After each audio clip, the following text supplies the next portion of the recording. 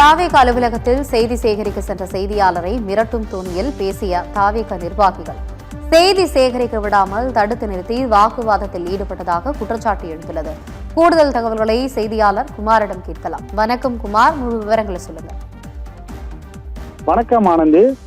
அதாவது சென்னை கிழக்கு கடற்கரை சாலை பனையூரில் உள்ள தமிழக வெற்றி கழகத்தின் தலைமை அலுவலகத்தில் கடந்த சில தினங்களாகவே தாவேகா நிர்வாகிகளும் மற்றும் அந்த உறுப்பினர்களும் தொடர்ந்து ஒரு அராஜகத்தில் ஈடுபட்டு வருகின்றன. இந்த நிலையில இன்று தாவேகா அலுவலகத்தில் செய்தி சேகரிக்க சென்ற செய்தியாளரை மிரட்டும் தோணியில் பேசிய தாவேகா நிர்வாகிகள் செய்தி சேகரிக்க விடாமல் தடுத்து நிறுத்தி வாக்குவாதத்தில் ஈடுபட்டுள்ளனர்.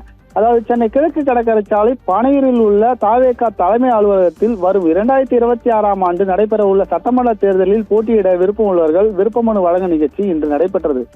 இதில் சுமார் 10,000க்கும் மேற்பட்டவர்கள் மனுக்களை பெற்று சென்றனர். 10,000 விருப்ப மனு அச்சடிக்கப்பட்ட நிலையில் அனைத்தும் நிர்வாகிகள் பெற்று சென்ற நிலையில் மற்றவர்களுக்கு விருப்ப மனு இல்லை என கூறி யாரையும் அலுவலகம் உள்ளே அனுமதிக்கப்படவில்லை.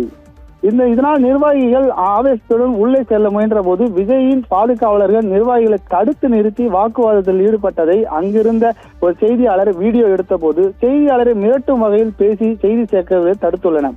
சிறிது நேரம் வாக்குவாதத்தில் ஈடுபட்டதோடு மட்டுமில்லாமல் மிரட்டும் தோணியில் பேசியதால் அப்பகுதியில் சிறிது நேரம் பரபரப்பு ஏற்பட்டது. தாவேகா நிர்வாகிகள் சாலையை முடக்கியது குறித்து கேள்வி எழுப்பிய அப்பகுதி பொதுமக்களிடம் கடுமையாக வாக்குவாதத்தில் ஈடுபட்டனர். தற்போது செய்தியாளரும் மிரட்டுவதும் போன்ற தொடர்ந்து காலையிலிருந்து தாவேகா நிர்வாகிகள் அனைவரும் அராஜகத்தில் ஈடுபட்டு வருகின்றனர். அதாவது அந்த பனையூரில் உள்ள அலுவலகத்தை வைத்து கிட்டத்தட்ட அங்குள்ள ஒரு 8 தனக்கு சொந்தம் என பேரிகார்டுகள் அமைத்து ஒரு அராஜகத்தில் ஈடுபட்டு வருகின்றனர். அந்த பனையூருக்கே பொதுவாக பொதுமக்கள் பலர் அமைதி வேண்டும் என்றுதான் நாங்கள் வந்ததாகவும் அங்கு உள்ள வீடு இருப்பவர்களை இவர்கள் அனுமதித்தால் மட்டுமே உள்ள செல்ல முடியும் எனவும் அராஜகத்தில் ஈடுபட்டு வருகின்றனர். கடந்த சில தினங்களாகவும் சொல்லலாம். தாவேகாவின் முக்கிய நிர்வாகிகளும் சரி, அங்க பணி செய்யும் ஊழியர்களும் சரி ஒரு அராஜகத்திலே தொடர்ந்து ஈடுபட்டு வருவதும் குறிப்பிடத்தக்கதானது.